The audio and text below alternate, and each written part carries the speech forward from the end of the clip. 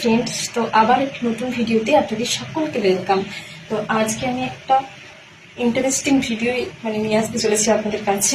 আমার কাছে এটা ইন্টারেস্টিং, আপনাদের কাছে কি সেটা আপনারা কমেন্ট করেই জানাবেন, কেমন ভিডিওটা আপনাদের লাগলো। ঠিক আছে, তো ফ্রিজ খুলে প্রথমে দেখলাম যে ফ্রিজের সবজি বলতে কুমড়ো আর বেগুন এইসবই পড়ে আছে, সবজি বিশেষ কিছু ফ্রিজে নেই। তো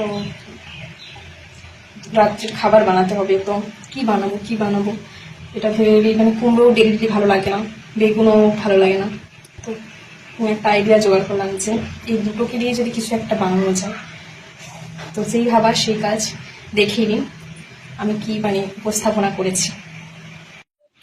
কুমড়ো আর বেগুনকে এইভাবে কেটে নিয়েছি, আর এইদিকে আলু তো কি বলবো, সবেতেই আলু দিতে হবে, আলু ছাড়া কোনো সবজি হয় না, কোনো তরকারি হয় না আমার কাছে।